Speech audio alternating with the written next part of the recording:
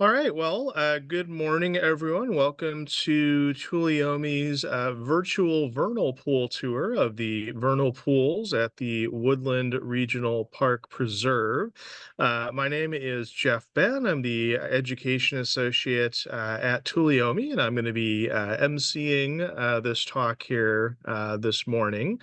If you don't know, Tuleyome is a conservation nonprofit based in Woodland. We do a variety of different things, but our mission is to engage in active advocacy and stewardship with diverse communities to conserve, enhance, restore, and enjoy the public lands in our region. And the region we focus on is the northern inner coast range and the neighboring areas of the western Central Valley. We do educational programs, including field trips for K-12 students, hikes and trail building days for the general public, and a variety of online lectures, such as this one. We also engage in advocacy work, especially around the Berryessa Snow Mountain National Monument, which we just successfully fought to expand by adding the Moloch-Loyic region. If you'd like to learn more about any of those efforts or any of our other upcoming events, you can do so at our website, which is tuleyome.org.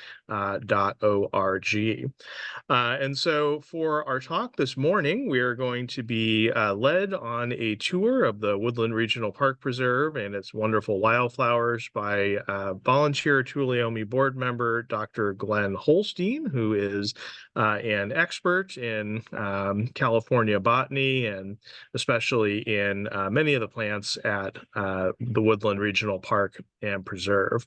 And so with that, if you have any questions during the talk, feel free to type them into the chat, and then depending on how things are moving along, we can either address the questions as they come up or we'll discuss them at the end. Okay, and so with that, I will turn it over to Glenn. Well, thank you, Jeff, and good morning, everyone. It's great to have you on this virtual tour this morning. And are you going to provide that overview? Good. I was looking forward to seeing that.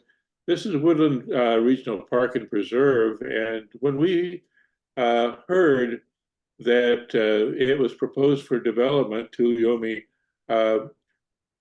started lobbying for its protection because we knew it had rare plants, we knew it had a great wetland, we knew it was a great spot for environmental education, and we started making many friends, and eventually it was protected with the great cooperation of the city of Woodland. We have volunteers that take care of maintenance, and the rarest plant there, which we'll see, is actually, because of this protection, has doubled in its population. And before this kind of protection, it was on the verge of extinction. So it's been a great example of preserving California's biodiversity. And you can see that the pond there is a great spot with its riparian trees around the edges for aquatic animals. In fact, the California Department of Fish and Wildlife has actually introduced a rare native fish, the California perch, into this as a habitat that is protected from the threats that occur outside. So we're using this to protect one of the rarest fishes in the world, in addition to the protection we provide there for rare plants.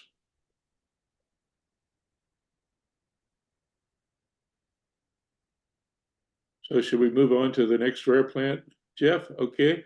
Yeah, this is an example of goldfields. And goldfields is an interesting group that is primarily present in California and nearby states. The upland goldfields can be so abundant that because it has a distinctive color, I've been able to identify it flying between Sacramento and Los Angeles from 30,000 feet when it is in great abundance. And it's been in great abundance up in Bear Valley, where we have just finished leading tours to a great area of wildflowers. But this particular one is not the one that shows up at 30,000 feet. This one is much more limited in range. This is a member of the same genus as typical goldfields. We'd call this one vernal pool goldfields, and it's adapted to vernal pools, which are areas that flood during after winter rains. They stay ponded, and then as the temperature starts heating up and the water recedes through evaporation, the flowers start appearing from seeds that were originally in the mud of the vernal pool underneath the water. And you can tell this particular one from the upland goldfields that is so abundant by the fact that the leaves are serrated and have lobes, whereas the leaves of the upland goldfields are entire, meaning they don't have any lobes. And there are also some interesting members of this genus Lasthenia that get outside of California. There's actually one that follows marine mammal pullouts all the way up to the northwest, way beyond even Washington, up into British Columbia. And it's actually on marine rocks that you ordinarily would never get to, but seals and sea lions can get to them and fertilize them. And that's a specialized member of the same group that follows the sea lions and seals way north of California on the northwest coast of North America. Well, the question is, what are vernal pools?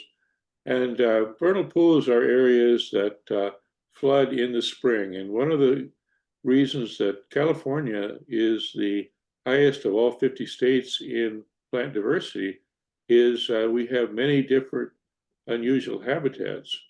And we have a central valley, which is probably the largest flat valley on the entire planet Earth.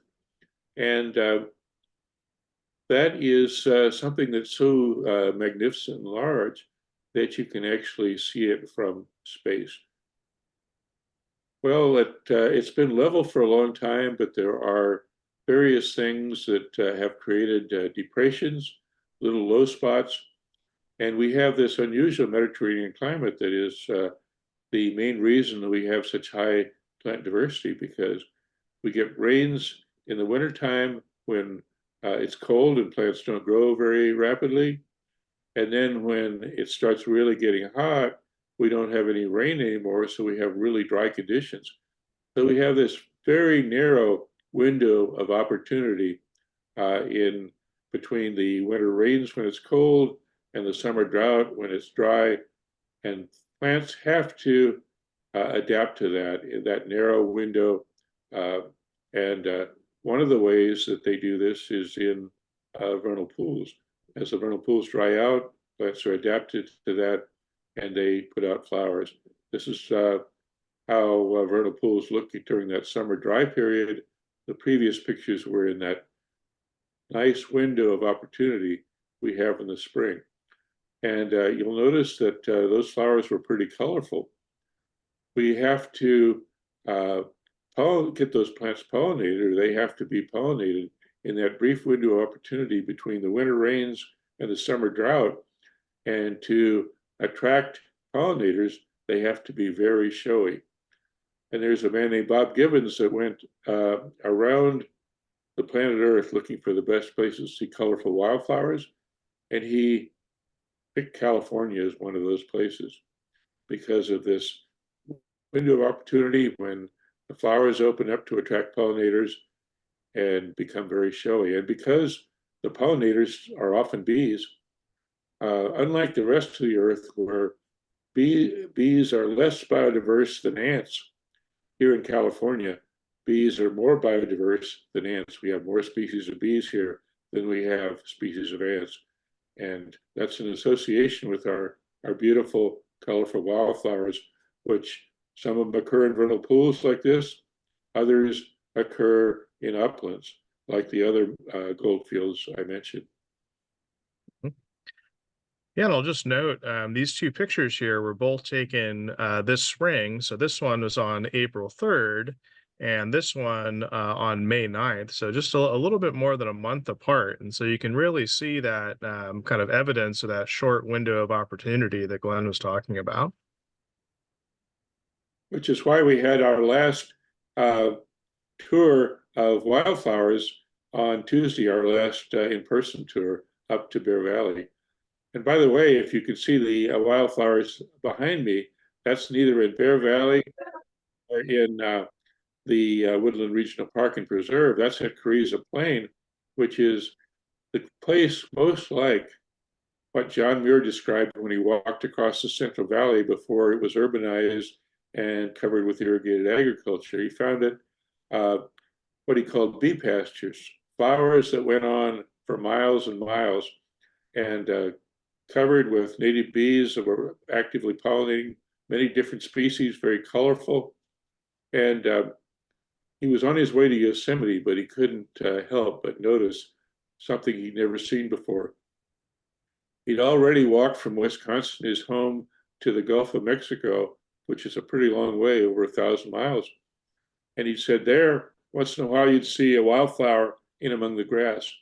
But when he got to California, he said, once in a while, you see a blade of grass in among the wildflowers, something he'd never seen before, which is why our wildflowers are something unique on the whole planet Earth for being so abundant and actually, in many cases, dominant in what should really be called California's prairies, because if you call them grasslands, like unfortunately too many people do, you're basically excluding its real dominance and its real native plants, which are the wildflowers, which are not grasses. They're dicots, not monocots like the grasses. And we do have a lot of grasses, but for the most part in California, the grasses we have are not native. We have some non-native grasses that are really abundant, and most of the ones that are turning brown here that you can see are not native grasses to California, even though we do have some native grasses present. And as you can see, we have the urban edge coming right up to Woodland Regional Park and Preserve. So it was critical that we stop urban development so people can have a place to see nature so close by. And that's why we work so hard to get Woodland Regional Park and Preserve protected with the great help of the city of Woodland and many other organizations like the Rotary clubs. And we've had as many as 80 volunteers out to help protect this area and preserve it. More vernal pool gold fields. And you can see that one of the differences between this and the upland gold fields, in the very center, you see those are the flowers that produce the seeds and the pollen. And that's that circle in the middle. And then the ray flowers, which are around the outside, are there to attract the pollinators like bees and to look pretty. So the bees will meet in the center there, pick up pollen and deposit it from another individual and produce the pollination that produces a new seed crop, so that there'll be a whole new crop of this plant because it's annual. The plant has to go through its entire life cycle in a single season, and it's not even annual in the sense that it lasts a whole year.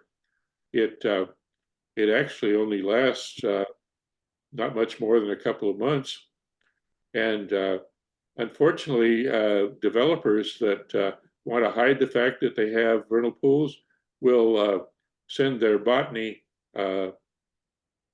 people out to look for plants in October when they've all dried to dust, so they won't find any of these vernal pool plants. That's kind of a strategy that the developers use very often, and we've seen many examples even here in Yolo County. Let's go into, and here's the actual structure. You notice this is a member of the composite family. And a characteristic composite family is that what looks like an individual flower is actually many flowers together in a composite structure. One of the things there that Jeff has his arrow on is the actual fruit of an individual flower.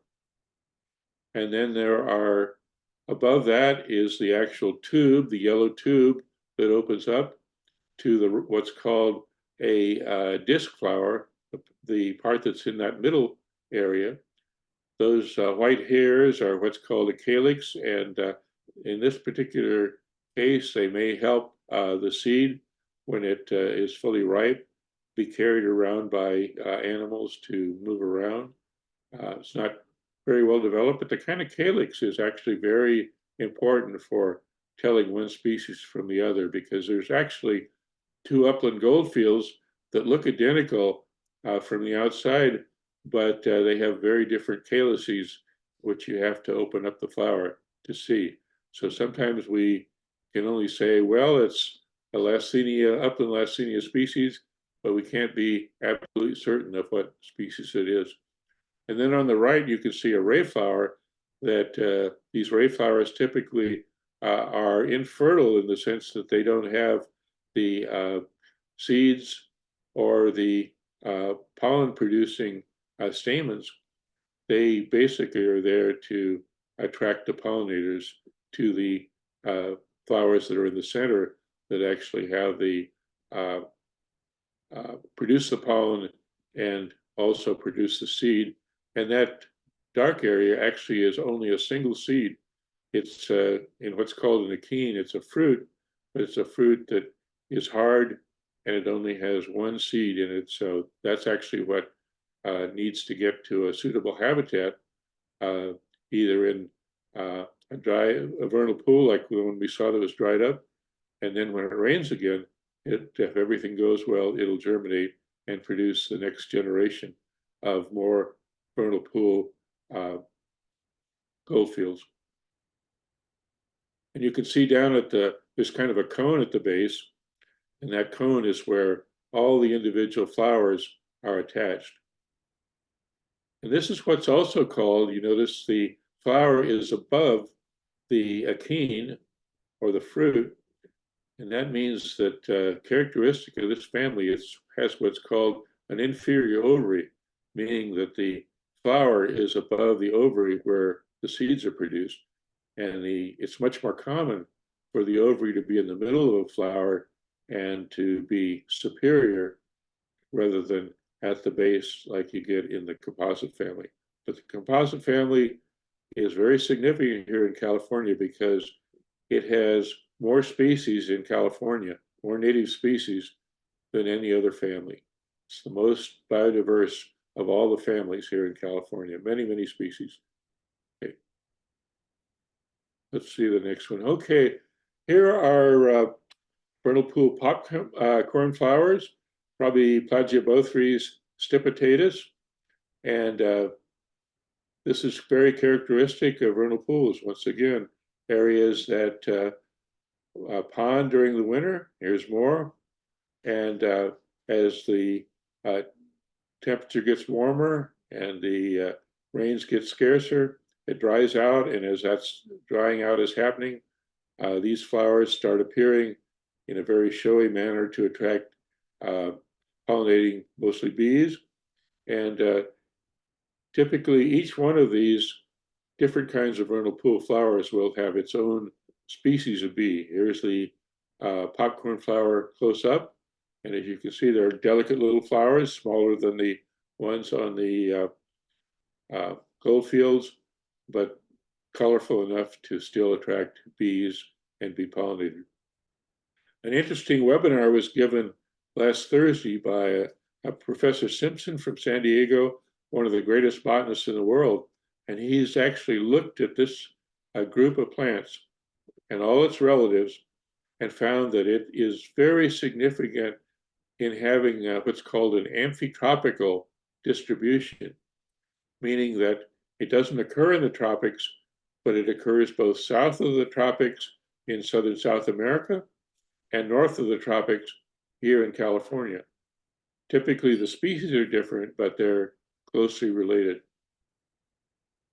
So a good example of amphitropical distribution, which Professor Simpson has studied in great detail, one of the greatest botanists we have living today. Wonderful man. Okay. Here's another little plant, woolly marbles, and this typically occurs on the bottom of vernal pools after they dry out.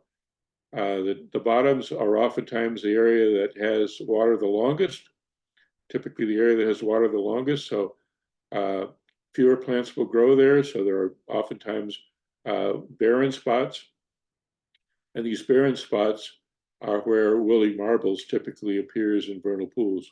So it's the bottommost plant in the vernal pools. You can see one slightly higher up, popcorn flower on the right, but these little woolly marbles are in full flower now. This is one, obviously, that isn't trying to attract bees.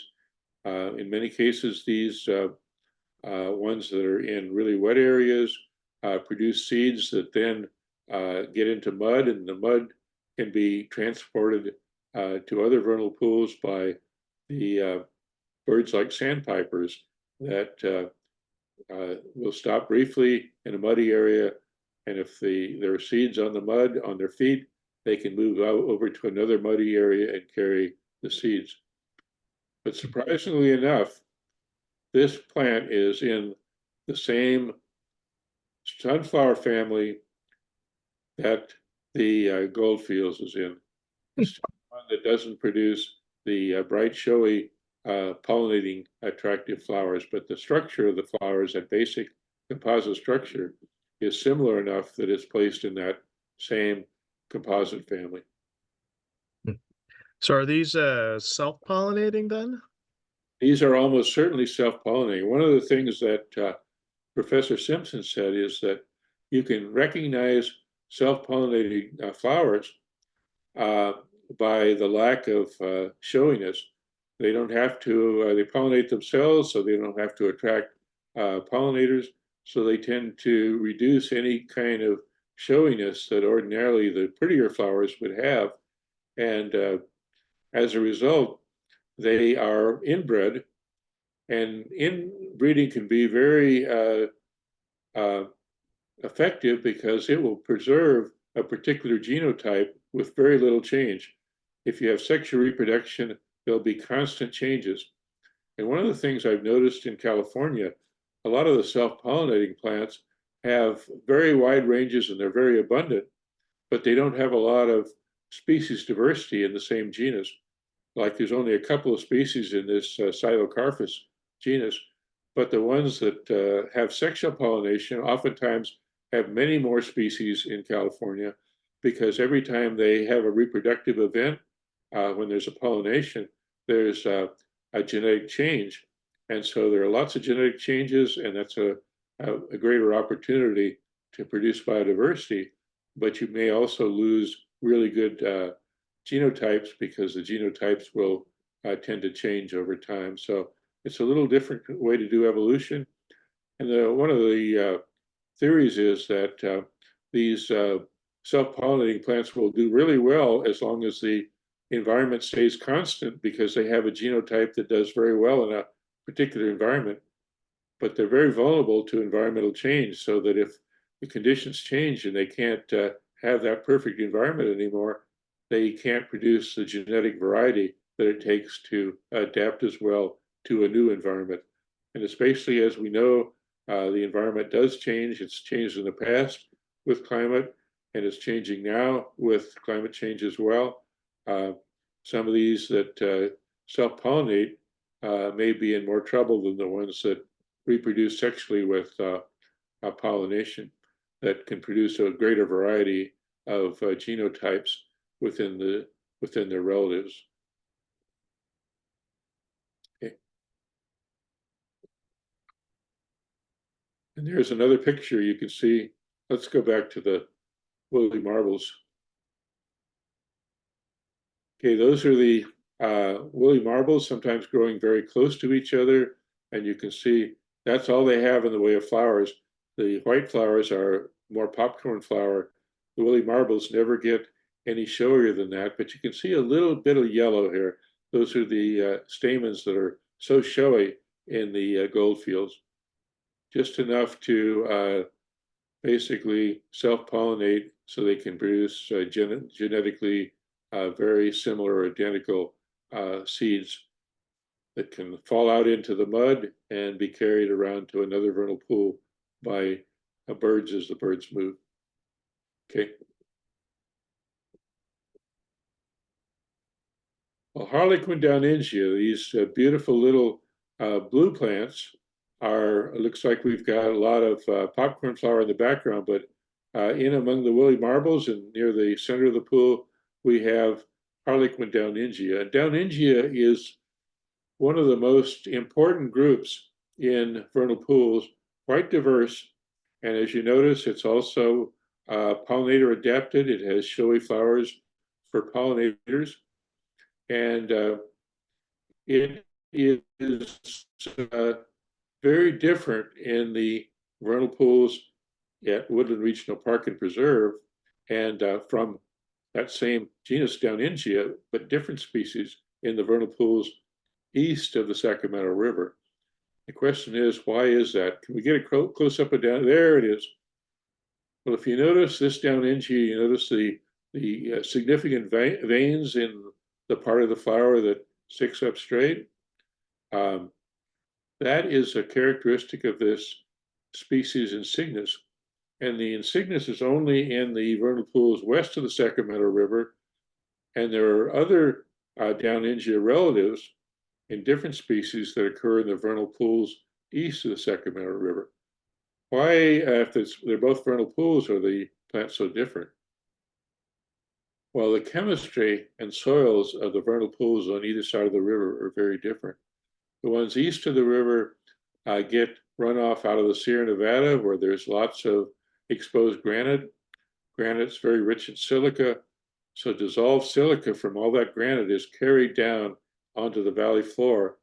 When the water evaporates, the silica can come out of solution and produce, and you know, silica is basically what's glass is predominantly made of.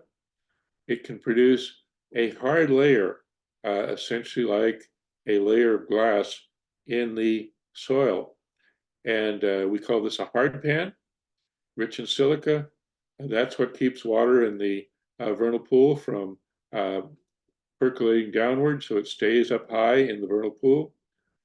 But those vernal pools in the east with the hard pans are very fragile, because if somebody wants to get rid of a vernal pool, all they have to do is break up the hard pan and it doesn't come back. Well, the vernal pools west of the Sacramento River, like the ones at Woodland Regional Park and Preserve, get their drainage from Cache and Pewter Creek, which come out of the Coast Range. And if you notice, the layers of rock in the Coast Range are layers of sometimes sandstone, sometimes shale, that were laid down in the Pacific Ocean in an environment very much like what occurs today between the Farallon Islands and San Francisco. And as a result, when they were uplifted, those marine sediments were uplifted a few million years ago to create the Coast Range we see today. Those rocks are full of salt. And when the salt is carried down by Cache Creek and Pewter Creek to the valley floor, and when it gets to the lowest part of the valley, like Woodland Regional Park and Preserve, the salt, sodium chloride, comes out of solution. There's a chemical reaction that happens when salt, sea salt, sodium chloride, connects with clay, and the bottom of most of the Central Valley is clay. It sticks clay particles together and creates what's called a clay pan that stops the water from percolating downward, just like the hard pan. But unlike the hard pan, if you break that clay pan up, the salt's still there, the clay's still there, and it will come back and it can be restored. Very, very different, and a lot of people don't realize that. They think they can just plow up a vernal pool and destroy it, but the vernal pools here are much more resilient, and they can be restored. Very, very significant to plant conservation. And if you see this Downingia, you know you're in a vernal pool with a clay pan rather than a hard pan, because that's the only kind of vernal pool this species will occur in. And you notice how delicate this flower is. It's in a particular family called the Campanulaceae. And it isn't always delicate. All the species in that family aren't so delicate because it's the largest family in the Hawaiian Islands, largest native family. And a good number of those Hawaiian species are trees. And many of them are among the most endangered trees in the world. Some of them have already gone extinct. But they're in the same genus as this little tiny vernal pool plant, Downengia insignis. Okay. Well, we had a kind of a mystery plant that wasn't producing flowers, but it's an interesting plant because it's in the tar plant group. And the tar plant group, when John Muir came back, when it started getting cold in Yosemite and he started walking back across the Central Valley, he found it was still covered with flowers, but it was a different, completely different kind of flower than he found when he was walking east to get to Yosemite. When he was walking west to get back out of Yosemite and away from the snow, he found tar plants covering the same areas where he saw spring wildflowers earlier in the same year. This is a particular kind of tar plant. This is called spiky tar plant, and it's just getting started. And this is one plant that can adapt to that very hot, dry conditions in the vernal pools after they dry out, like that first picture Jeff showed you where everything was dry and brown. Well, pretty soon this plant will start growing and growing and growing, and it'll produce right out of the dried bed of a vernal pool, when everything looks dead around it, bright yellow flowers and sticky leaves, not only sticky because of a lot of sticky gum, but also sticky because it's covered with sharp thorns, and you'll definitely feel it when you touch it. So this is brand new, just getting started, just a very young specimen, hasn't opened up, hasn't produced flowers yet, but it'll eventually probably cover the whole bed of that vernal pool later in the year after it dries up completely. It looks like we've got some woolly marbles in the background. Okay. Well, one of the plants that is extremely diverse in California are the lupins. We have something like over 50 species of lupins, maybe more like 80 species. Some of them are very difficult to tell apart, very similar. Others are quite distinctive and easy to tell apart. One of the commonest ones is this little miniature lupin, Lupinus bicolor, which is very widespread on hillsides, valley floors, not vernal pools so much, although it can occur around the edges of vernal pools. Most of the lupins we have are this kind of a purpley blue color with white areas in the flower. But we also have one very common species that is bright yellow, that is common on along Highway 16 and a road into Bear Valley. That's actually the commonest one up there. So they're not all like this. And this is an annual. The majority of lupins in the Central Valley and the foothills are annuals. But if you go into the Sierra Nevada, as you get higher in the Sierra Nevada, they tend to become perennial, still herbaceous. And then there's a third lifestyle that they have, and some of them are shrubs.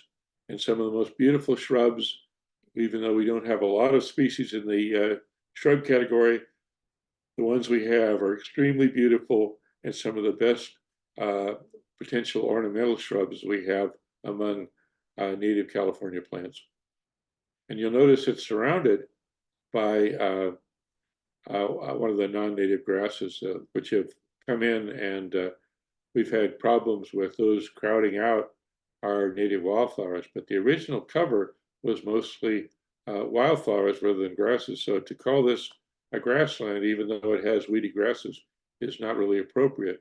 And it excludes the wildflowers, which have been documented even way before John Muir by the earliest explorers as being the most abundant dominant plants in valleys like the Central Valley. Okay. Well, here is a plant that didn't get, actually, excuse me, this is not the one I was planning to talk about. This is actually dwarf sack clover, and this is a member of the clover genus, which has a very, very large number of native species here in California and a very large number of individuals of non-native species. We have things like white clover and rose clover that are extremely abundant, but non-native. And then we have many species, in some cases quite rare, that are native.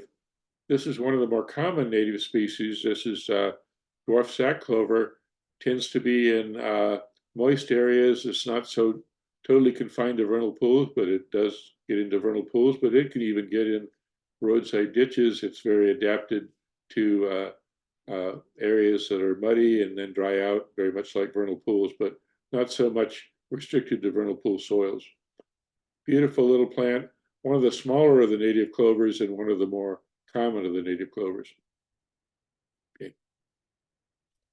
And here's an upland clover, another native clover, much taller than the last one, and very showy and beautiful. Tomcat clover never occurs in vernal pools, but this shows you that not everything at Woodland Regional Park and Preserve is a vernal pool. We have lots of upland prairie as well that has good native prairie plants like tomcat clover. Another real beauty. It extends from the valley floor well up into the oak woodlands of the Coast Range foothills and the Sierra Nevada foothills. Okay. Here's tomcat clover, or no, excuse me, this is bull clover, a close relative of tomcat clover. Both of them have this characteristic of having the flower as it's after the pod is pollinated, the flower swells to produce a bladder, and the actual legume, the pod that's after fertilization, is inside that bladder, and the little fir clover looks, excuse me, the one we just looked at, it looks very similar, but this is a larger relative. Both of them occur in wet places, and both of them have those sacs, but one's tiny and one's quite large, like this bull clover. I guess it gets named bull because it's the bull of the two. The other one's the little calf. So Glenn, do you know anything about the function of those bladders? Good question. No, I do not. It may be that it has something to do with dispersal of seeds, because it does tend to be most characteristic of native clovers that occur in wet areas. So it may help them disperse either by mud on birds' feed or some other way. But it is interesting that the actual legume, the fruit on these, develops inside these bladders on both the little clover we saw earlier and this big bull clover, but not in the tomcat clover that we saw in between, which doesn't occur in muddy areas. So good question. I don't have an answer for you.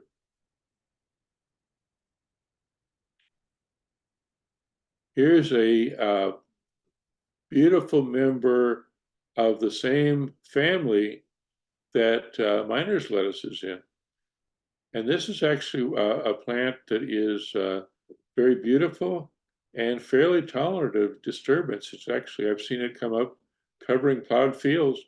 One of our prettiest plants, quite widespread in California, and easy to recognize because it's widespread and doesn't have any closely related species, so that it's a pretty easy one to identify, called red mates. Beautiful flower, and it's a good native. As you can see, it's in this case coming up in vernal pools, but it's not at all confined to vernal pools. It occurs any place it can find an open area for the seeds to germinate. One of the differences between this, even though it's in the same family, is that Miner's lettuce has a very similar flower, but the flowers in miner's lettuce are white, and they're this beautiful magenta in red maize. Okay. Well, here's one of the most abundant native plants in California. You can go up and down California and see millions of blowwives. They're actually more showy when that head on the right after pollination opens up, and we'll see in the next picture, I think we'll see what happens after it opens up. But if you notice, there it is, there it has opened up, and then there's one of the flowers that hasn't opened up on the left.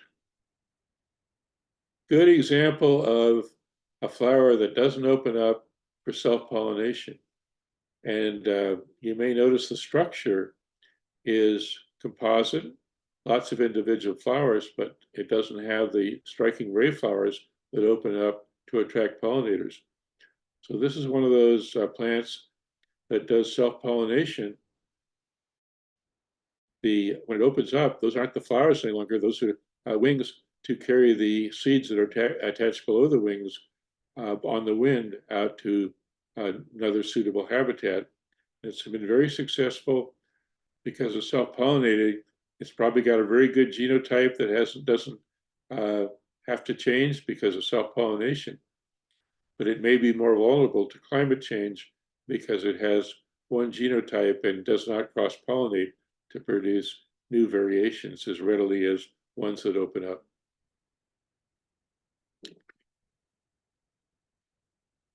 Well, here's the one that I initially was thinking was the little clover, but this is actually one of the rarest plants in the world and one of the most beautiful.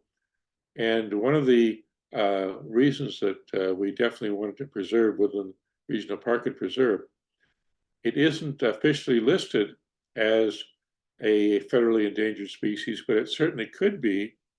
It's at the highest level of rarity in the inventory of the California Native Plant Society. Alkali milkfetch is very rare because its entire world range is on the urban corridor between Sacramento and Berkeley. Not a very good range to have if you need a particular native habitat that tends to be lost. Well, we also protected here, but we have an even larger population now that we know about just outside the city limits of Davis that we hope to protect as well. It has the largest unprotected population of this extremely rare plant in Yolo County and possibly anywhere in the world. So we have a real conservation challenge to protect this. And that's one of the goals of Tuleyome and the California Native Plant Society, to go into areas that are unprotected, like we originally found Woodland Regional Park and Preserve, and to protect it for extremely rare endangered species like alkali milkfetch, and a very beautiful one as well. Well, here's an interesting plant called valley tassels.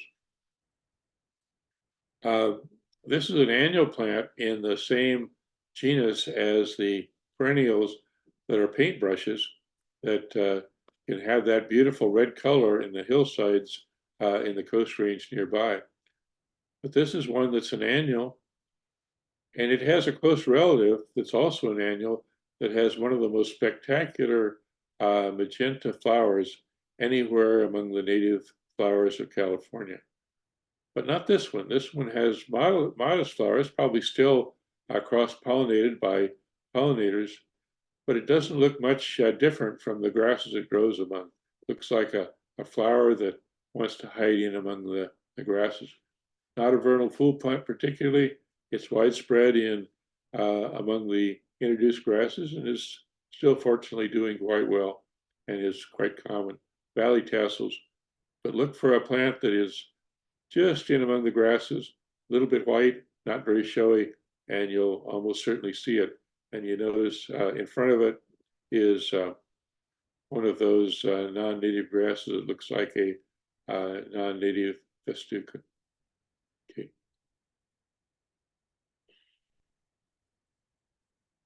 Well, here's another plant that is not showy at all. These are the flowers. When the plants are flowers that have flowers that aren't showy and don't attract pollinators. This is one that spreads its pollen around not by insects, but by wind. The flowers open up, the stamens open up, release pollen, and wind carries it to a good habitat. But not a very common plant. It's listed among the rarest plants. Not quite as rare as the alkali milkvetch, but it's only found in these salty soil areas where the salt came out of the soil. But unlike the plants like the alkali milkvetch, it's not associated with vernal pools. It's associated with upland habitats. And these need to be protected as well in our areas of extremely salty soils where the salts that were carried down out of the coast range have gone out of solution and produce very narrow little areas where there's enough salt to attract rare plants like the San Joaquin spear scale. By the way, this particular genus, Atriplex, is found around the world in salty areas, and it does have relatives here that are non-native, but it also has a lot of extremely rare relatives, including some that have just been described recently.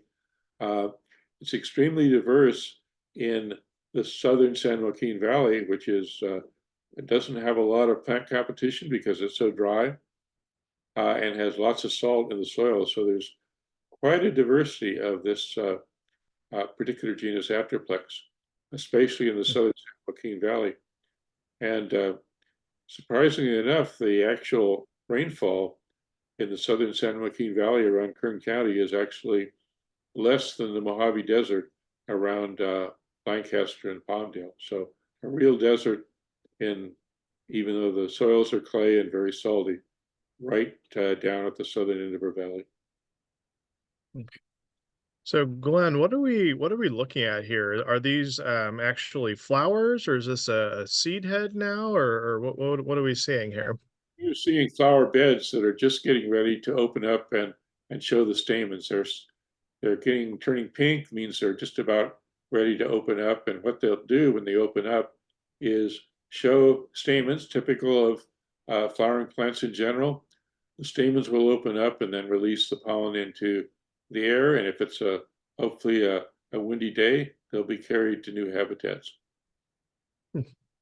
Gotcha. And then on the leaves here, are those salt crystals or are those hairs, do you think? Well, they're hairs, but they're hairs that actually are ways for the salt to excess salt in the plant to get out, and so the salt doesn't build up to toxic levels.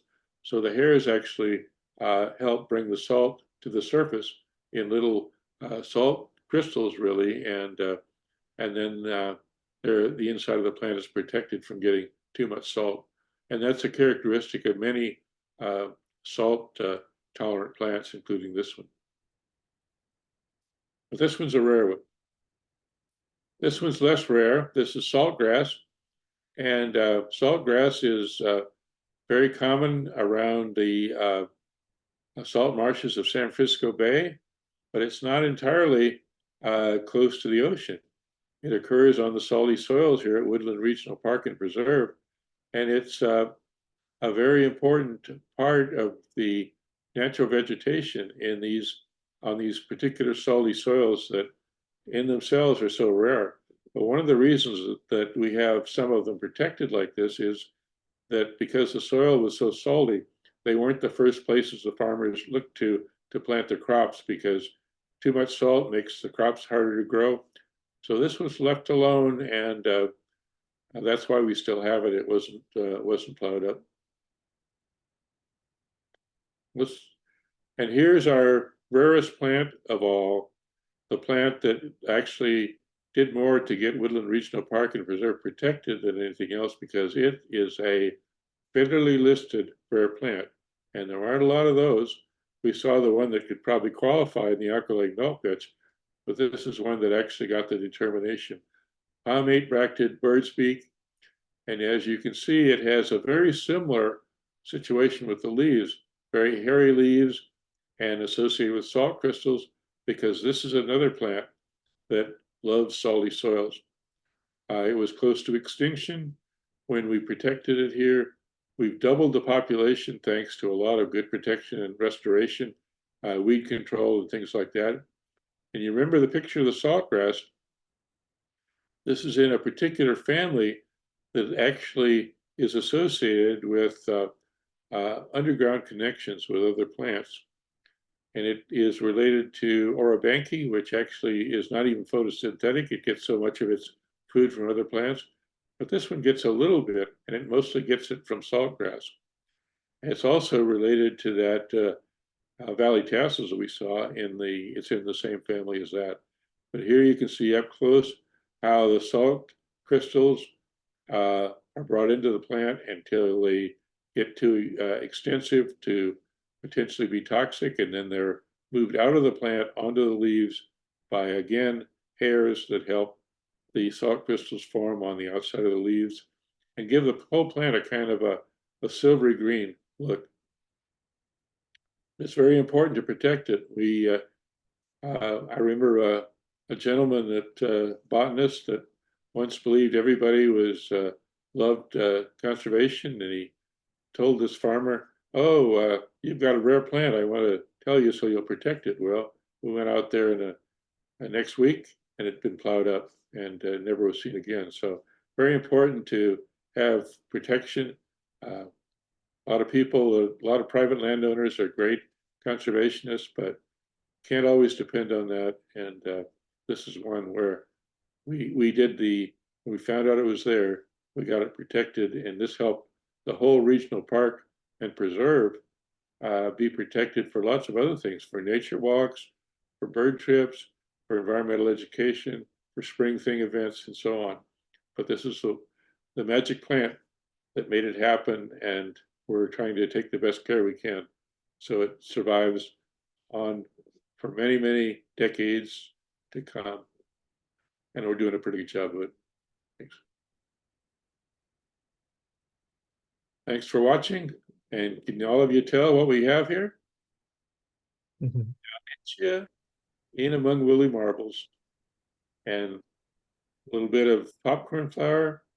Every one of those is an indicator that we have a vernal pool.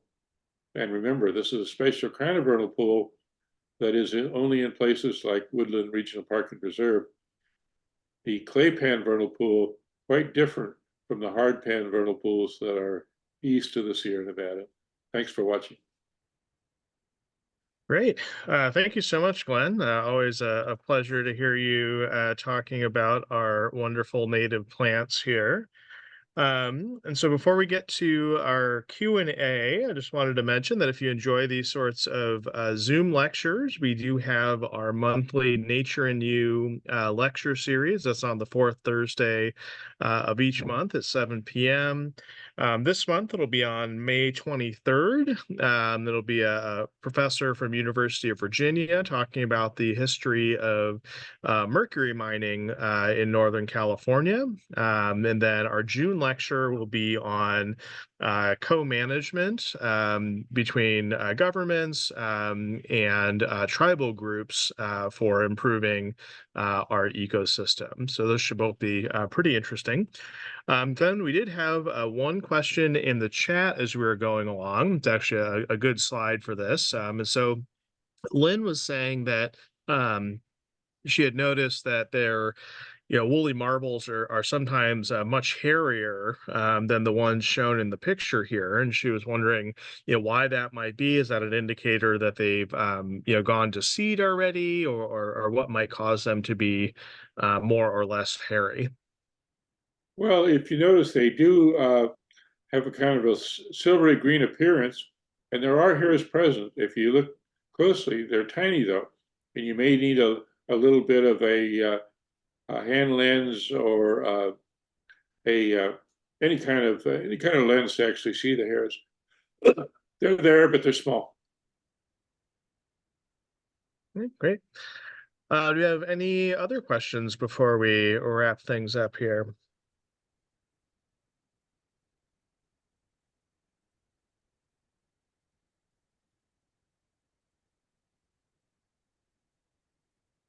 Well, thanks for joining us, everybody. It was great to have folks see the beauty we have out at Woodland Regional Park and Preserve. And thanks, Jeff, for making it possible for folks to see this. Absolutely. Thanks again, Glenn.